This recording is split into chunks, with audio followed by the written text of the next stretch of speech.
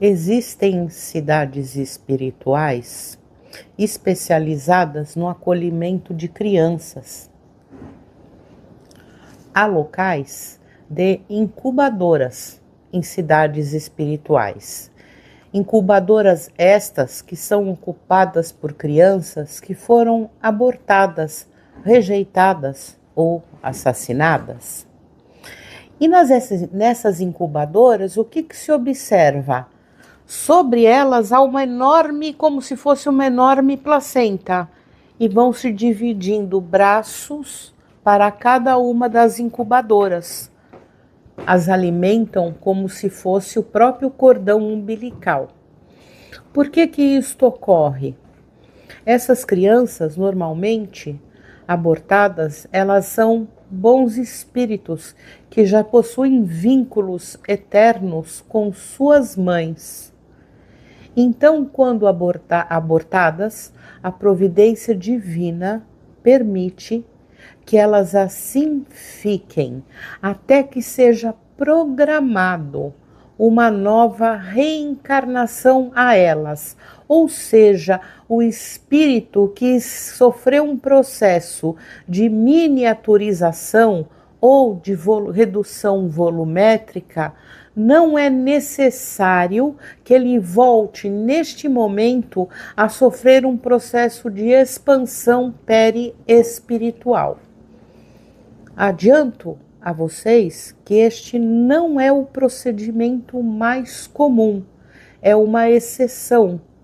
Todavia, esses espíritos ficam muito entristecidos por verem as suas mães insensíveis e completamente voltadas aos prazeres da vida terrena. A espiritualidade planeja uma nova reencarnação, usualmente nestes casos com a mesma mãe. Quando é impossível, essa criança voltará em breve com alguém muito próximo da mãe, para que ela mantenha a convivência com laços existenciais durante a vida terrena. Ela voltará ou com familiares ou com amigos muito próximos da mãe. Isso não é o mais comum, tá bem? As outras situações de aborto do que ocorre, eu direi logo. Como é que são, o que ocorre para que aconteça o processo reencarnacional através da gestação?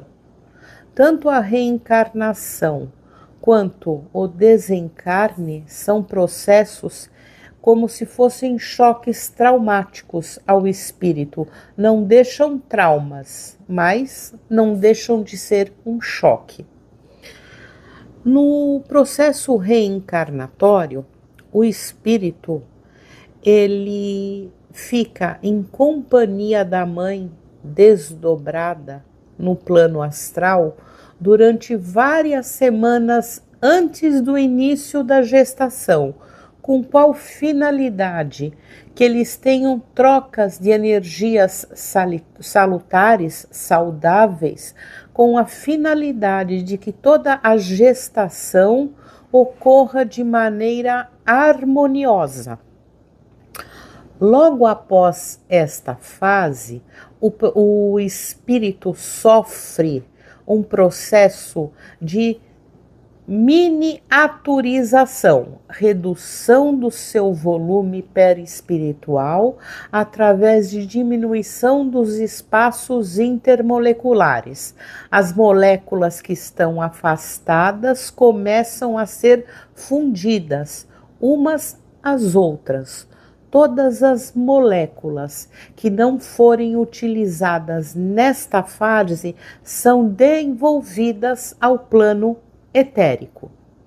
Então, no processo de miniaturização, quando ele termina, os técnicos siderais que são responsáveis pela execução e todo o gerenciamento da reencarnação, eles levam o perispírito miniaturizado até o local de implantação do útero. E ele fica ali em posição fetal, sendo protegido por um halo de irradiação eletromagnética na mãe. Para que isto? Aí, o que ocorre logo após?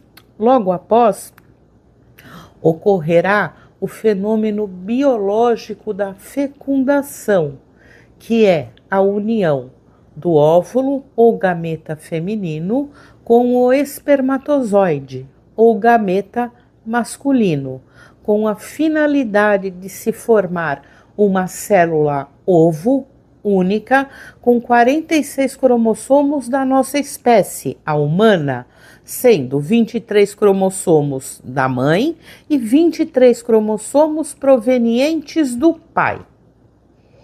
Antes de eu entrar em detalhes sobre como é feita esta seleção de cromossomos, eu direi a vocês que aqueles espíritos que têm uma evolução um pouquinho maior, um nível moral um pouco superior e têm condições de participar do seu processo reencarnatório, ele o acompanha.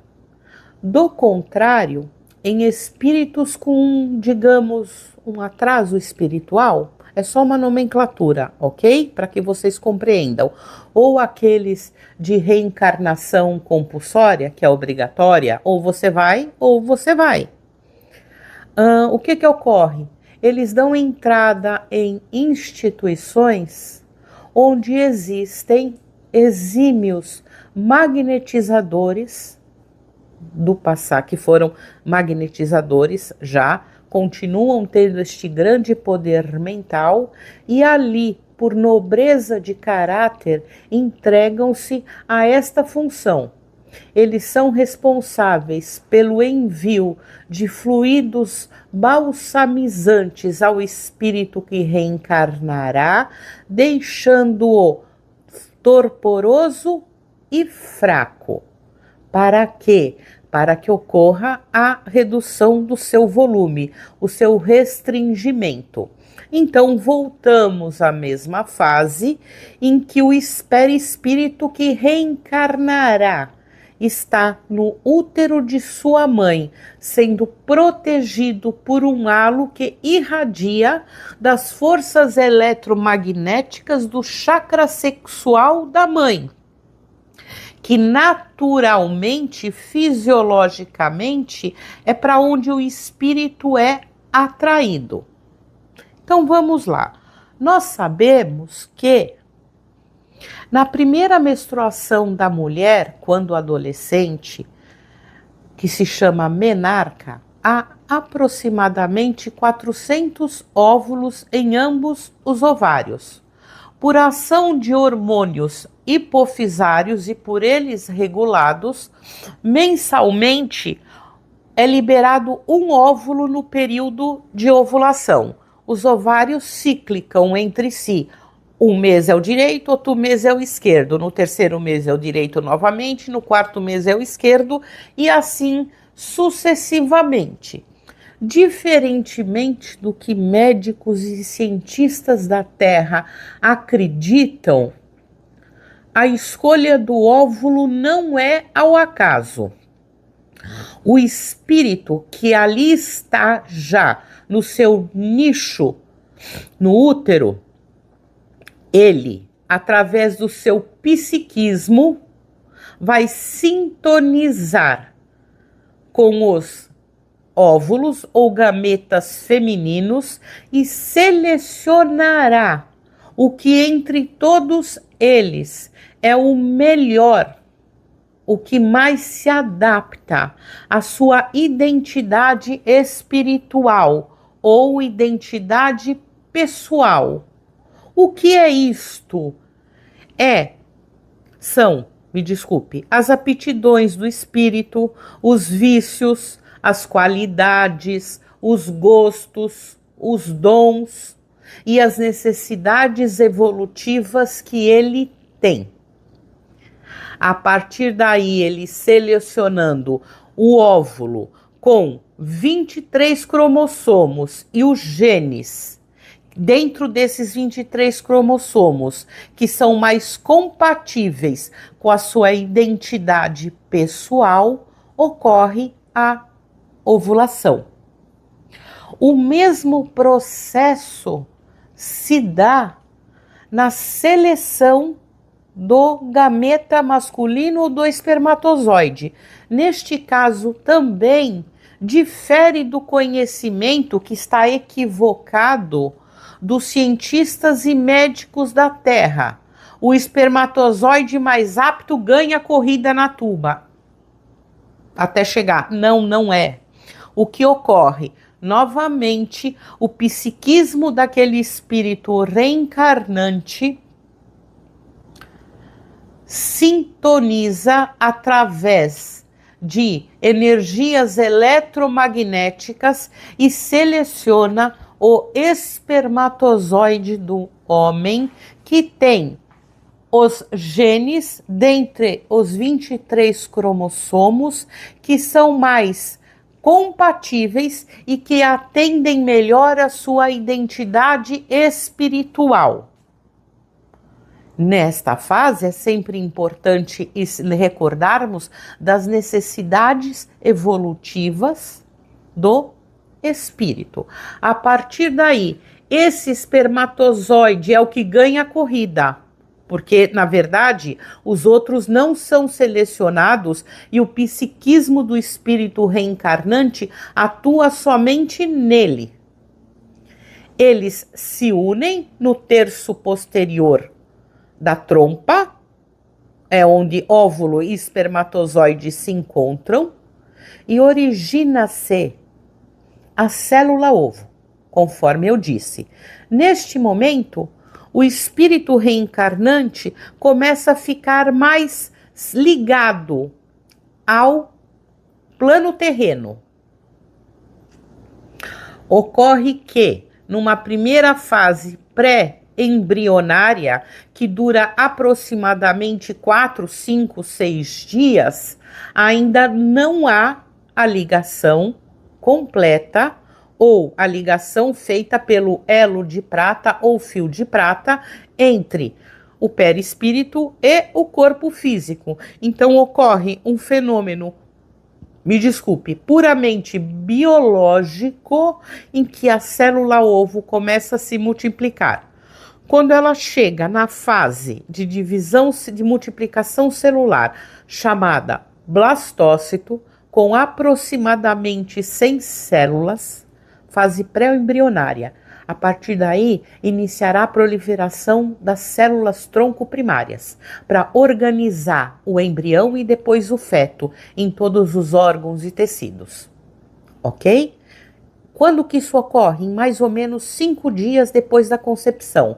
Aí sim, o espírito reencarnante que ali está no útero e já está reduzido de tamanho, é que este espírito é ligado definitivamente ao mundo terreno através do fio de prata, que é um elemento semelhante, digamos, à função do cordão umbilical.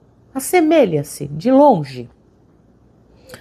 E será, como foi até agora, até esta fase, o psiquismo do espírito reencarnante o responsável pelo gerenciamento de todo o processo de multiplicação das células troncos, de organização de todos os tecidos, órgãos e estruturas. Então, por exemplo, vou dar só um exemplo para vocês. Quando a gente fala sobre mago negro, a gente fala que quando o mago negro vai reencarnar e ele tem um potente poder mental, é um magnetizador exímio, o que acontece? Ele consegue interferir nesta fase para que ele tenha, durante a sua vida física, a capacidade de desdobramento consciente. Por que a gente fala que ele consegue interferir? Porque ele tem um grande poder mental. E é sempre o poder mental do espírito que reencarnará o responsável pela seleção do óvulo, seleção do espermatozoide e desenvolvimento do embrião e do feto. Deu para compreender? Ótimo. Então, a partir daqui, ocorrerá toda a gestação, ok? Quando a mãe aborta, existem inúmeras peculiaridades, ou seja, inúmeras situações de aborto. Qual é a única situação de aborto que é aceita por unanimidade no plano espiritual? Quanto a risco de vida materno e a decisão é médica, sem interferência da mãe, porque a mãe pode, em algumas situações, dissimular o seu desejo e favorecer o médico a tomar esta decisão. Então, a decisão é médica e aí sim ele opta por aquele espírito que já tem uma existência terrena, que já está com seus planejamentos, com tudo ocorrendo, ok? Existem outras situações? Existem para a espiritualidade fatores agravantes e fatores atenuantes, tá? Fatores agravantes que devem e que podem ser considerados depois, porque esta mulher que abortou, o pai também, o obstetra também. Principalmente se o pai também for a favor, senão não, ok? Todos prestarão contas junto à providência divina, são devedores. Então, o que ocorre? Fatores agravantes. A mãe que aborta, porque não quer perder o seu corpo bonito, a estética corporal. A mãe que aborta com receio de deixar de ser incluída no seu círculo social, principalmente quando é um círculo social de maior poder intelectual, social e financeiro. E algumas vezes com a desculpa esfarrapada de controle de natalidade. Então, essas três situações agravam em muito a situação da mãe no plano espiritual. E existem situações atenuantes? Sim, existem. Quais são? Por exemplo, uma moça que engravidou e pela pressão psicológica em cima dela, ela pensa em se suicidar. Mães que estão inseridas dentro de determinados povos do planeta que não aceitam a gestação, quando ela não está casada, unida matrimonialmente com um parceiro.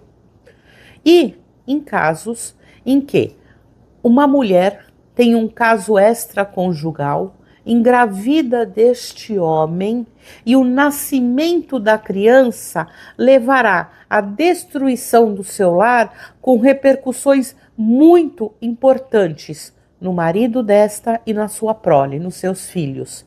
Então, tudo isso será pesado na balança no plano espiritual, ok? Então, eu vou citar alguns exemplos. Mãe que é uma mulher, desculpe-me, que é vítima de abuso, de estupro e engravida. O que ela deve fazer para quitar o que ela deve à justiça divina? Porque no passado certamente ela já esteve envolvida em situação semelhante do outro lado, ela deve ter esta criança. Existem gestações que são naturais, abortos que são naturais, espontâneos. Por que isto ocorre? Porque aquele espírito reencarnante, o tempo que ele precisava ao lado daquela mãe para eles acertarem o que era necessário do seu passado, já terminou, ok? Outras vezes, o que ocorre? Imaginem vocês uma mulher que praticou inúmeros abortos em existências anteriores. Normalmente a mulher que aborta, ela é reincidente nas suas existências terrenas.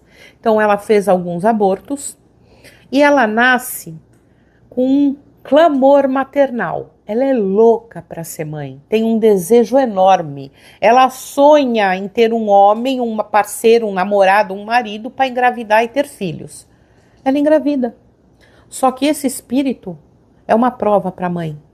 Ela engravida e ocorre o aborto espontâneo. Então a mãe, com esse fato dela ter uma vontade enorme de engravidar e não conseguir abortando, ela quita o que ela deve do passado, o que ela fez. Para cada situação há alguma explicação do porquê ocorre. Existem gestações frustradas que, na verdade, não têm espírito reencarnante. Outra vez, a mãe tem uma vontade tão grande de engravidar que o que acaba acontecendo? Através do seu psiquismo, do seu desejo muito forte, ela magnetiza um óvulo que acaba, entre aspas, criando um embrião frustrado.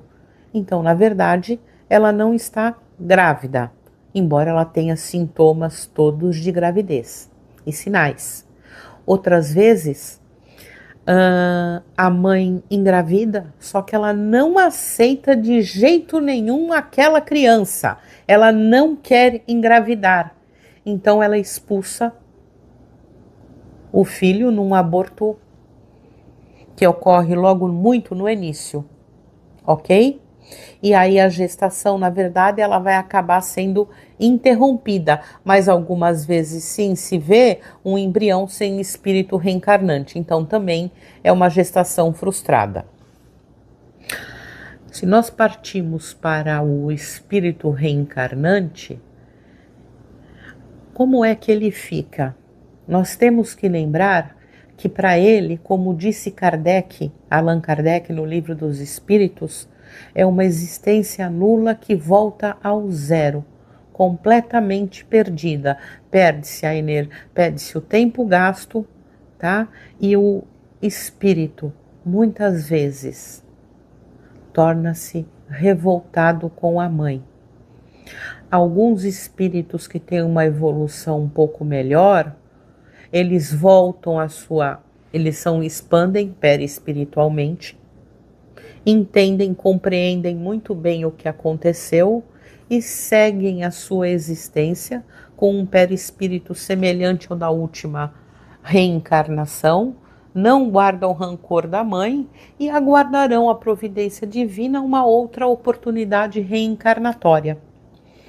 Existem espíritos que, quando são abortados, eles retornam à sua forma perispiritual com a expansão e ficam muito tristes, muito tristes. É uma dor que para nós aqui deste lado é inimaginável. Espíritos, existem outros que eles entram quando descobrem o que aconteceu e já estão na sua consciência plena, já expandiram novamente o seu perispírito, eles entram num sono profundo e quando acordam ficam em lágrimas chorando de tristeza por um bom tempo. Já aqueles espíritos que têm a reencarnação compulsória, o mais comum é eles se tornarem, aumenta a sua indignação, aumenta a sua revolta e eles passam a ser perseguidores da mãe em processos obsessivos.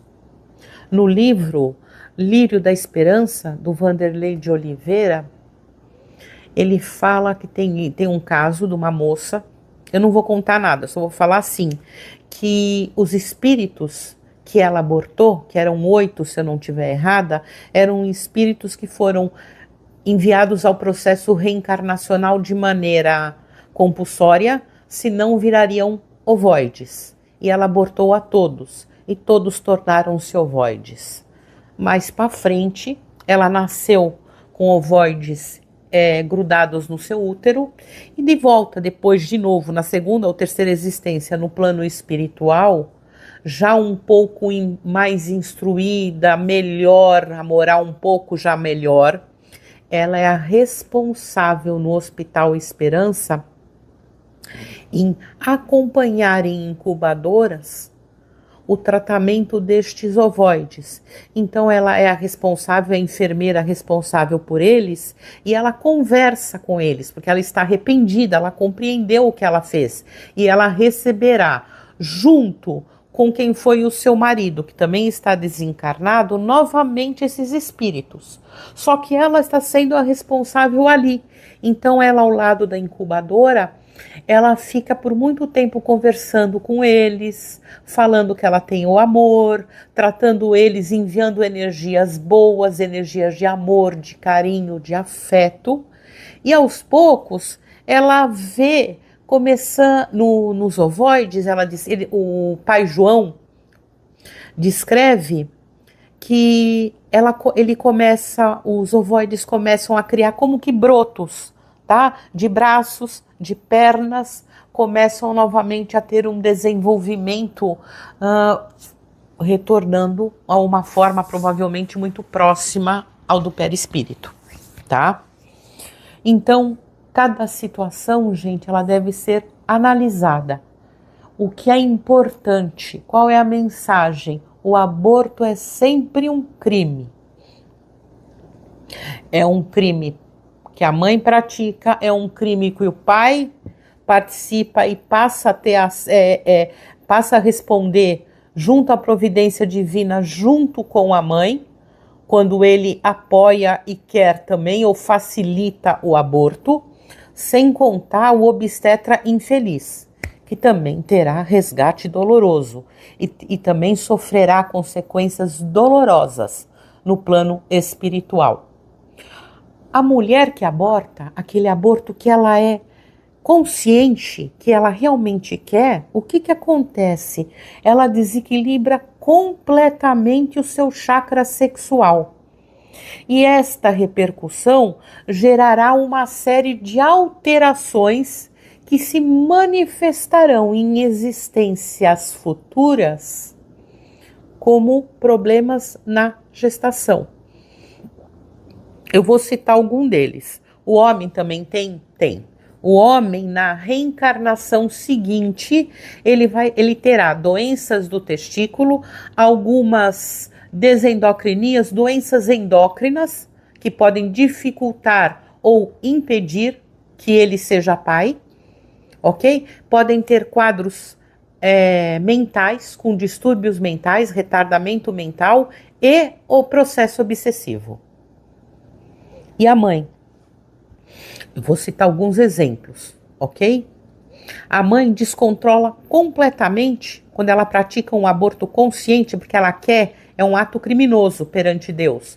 Então ela desequilibra completamente o seu chakra sexual, que passa a ter um funcionamento desordenado e infeliz. Então, por exemplo, o chakra sexual faz com que a tuba uterina ou a trompa de falópio não tenha, as células que ali estão não tenham motilidade e mobilidade adequada para conseguir transportar o óvulo ao longo dela. O que acontece que a gente vê muito na vida física, tá? Médico tá lá no pronto-socorro, cirurgião geral, que tem muito, gravidez ectópica. O que é a gravidez ectópica? É a gestação fora do útero. Em quase todos os casos, ela ocorre na trompa de falópio. Todavia, ela pode ocorrer no colo do útero, no ovário ou no abdômen livre, que aí é um quadro que pode se tornar muito mais grave e o diagnóstico tem que ser precoce, porque senão há risco importante até de morte materna. Existem outras doenças? Sim. A mãe passa a ter uma série de, vamos colocar assim, doenças hemorrágicas na gestação. Então, uma delas ocorre uma implantação muito errada do óvulo. Com isso, ele cobre parcial ou completamente, a placenta cobre parcial ou completamente o colo do útero, e quando a mãe chega no último trimestre da gestação, ela tem sangramento vivo, indolor e espontâneo. E é um suplício, é um verdadeiro suplício para a parturiente, até a criança nascer. A placenta, a placenta, o descolamento de placenta, desculpe-me, não vinha a palavra. O descolamento de placenta é outra consequência de abortos prévios, onde é uma emergência obstétrica quando acontece, com alto índice de mortalidade, tanto para a mãe quanto para o feto. A mãe que abortou em existência anterior, ela pode ter um medo absurdo e irracional e inexplicável de ter doenças do aparelho reprodutor feminino. E isso favorece o crescimento de algumas bactérias, principalmente Streptococcus e o gonococo, no período puerperal, levando a crises endometriais severas. Além disso, os abortos provocam em existências futuras inflamações da tuba, do ovário, e quando são salpingo-oforites, inflamações importantes, graves, tanto da trompa quanto dos ovários, a mãe cria aderências na tuba, na tromba, que inviabiliza muitas vezes uma outra gravidez. Ela cursa com infertilidade, que é outra consequência. Quando a mãe, novamente em situações de aborto criminoso, onde ela quer descobrir que está grávida, sabe que está e vai lá e aborta, faz todo o procedimento necessário e aborta, ela não compromete, não deixa desordenado apenas o seu chakra sexual, mas também o chakra cardíaco. Então, o que ocorre na gravidez? São aquelas mães que têm cardiopatias importantes na gestação. Outras vezes, estas mães, quando fizeram o aborto, vamos supor, ela abortou aos 13 ou 14 anos, depois novamente aos 18 ela abortou, e aos 30 ela casou e agora ela quer ter filhos. O que acontece? Ela passa também a ter comprometimento do chakra sexual e do chakra esplênico. E daí que a gestação cursa com uma quantidade absurda de antígenos na circulação, antígenos esses que atacarão o feto, levando à asfixia, hemólise. Inúmeras crianças nascem assim, não é? Com icterícia? Então, é para vocês refletirem. Então, eu falei alguns exemplos de doenças que são comuns na gestante, e aí estão as explicações perante o ato criminoso e culposo que a mãe cometeu contra um outro espírito, frustrando completamente o seu projeto reencarnatório. Além disso, o capítulo do sistema nervoso central, ele é enorme, o número de repercussões, enorme. Depressão, ansiedade, psicose, aumento do índice de suicídio, a mãe se sente remorso, culpada, com vergonha e leva a crises emocionais importantíssimas. E assim vai. A gestação abortada pode cursar com aumento de incidência de câncer de mama.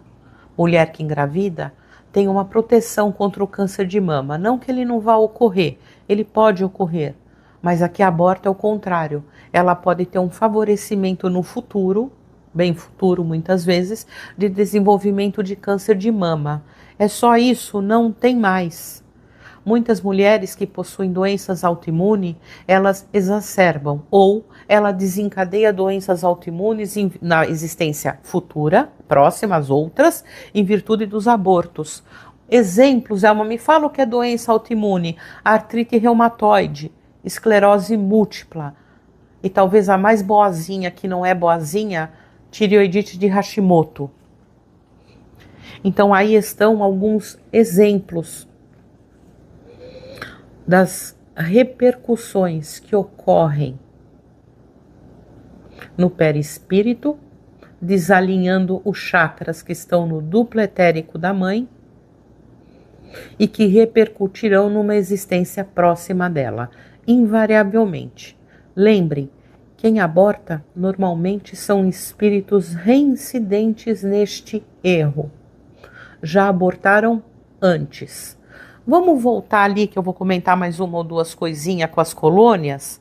Lembram que eu falei? Essas crianças que estão nas incubadoras, que foram abortadas, é uma exceção. A maioria passa pelo processo de expansão perispiritual logo após o aborto e já adquirem consciência plena do ocorrido.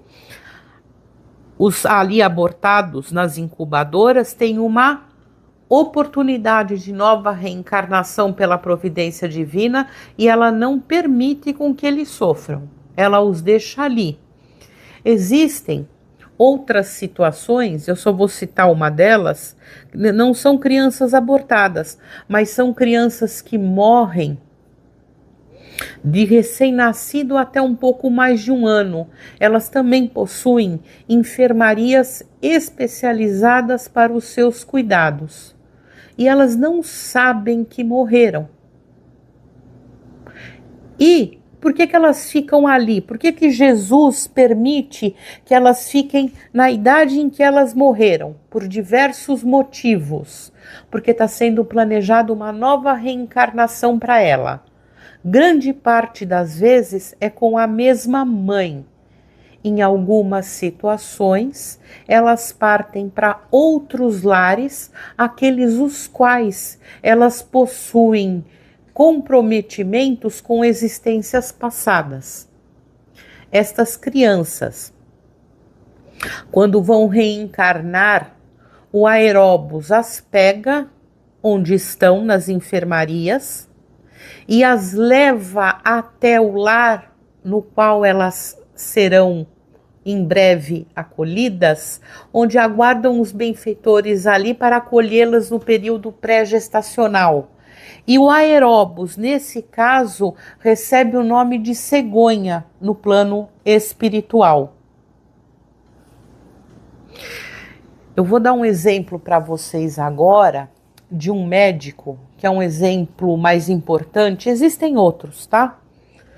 Um médico na década de 60 nos Estados Unidos, que ele era um ativista a favor do aborto legalizado. Ele tinha uma clínica numa cidade, uma grande metrópole norte-americana, e foi responsável por mais de 75 mil abortos, incluindo do próprio filho. Ocorre que com o advento, quando começou a era do ultrassom, na década mais ou menos de 70, que eles começaram, foi a primeira vez que ele pôde ver, através da tela do aparelho ultrassonográfico, um feto, ou um embrião, um feto. Quando ele viu, ele descobriu que ali tinha um paciente, ele ficou tocado com isso e mudou completamente a visão dele. Ele era a favor do aborto, para a legalização do aborto na lei, e ele se tornou completamente contra o aborto. Teve uma postura, uma mudança completa em relação à sua ética e à sua moral. E ele desenvolveu um documentário que chama O Grito Silencioso, em 1984. Imagens que lembram deste, porque elas são frequentes até hoje, rodaram na internet, em redes sociais há pouco tempo, onde ele no documentário coloca o feto sendo a gestação sendo levada, sendo interrompida indevidamente, o aborto, e a criança abria a boca e fechava, como se fosse um grito silencioso, daí o nome do documentário. E quando existiam as perfurações no feto, na placenta, me desculpe, tá? A criança, o feto se esquivava, saía como se ele tivesse algum poder de decisão ou de escolha dentro da placenta. Eu espero que esta aula tenha ajudado muito vocês, principalmente as mães ou futuras mães, que independente da situação em que estão, se veem grávidas de repente. Um abraço, pessoal, e fiquem com Deus.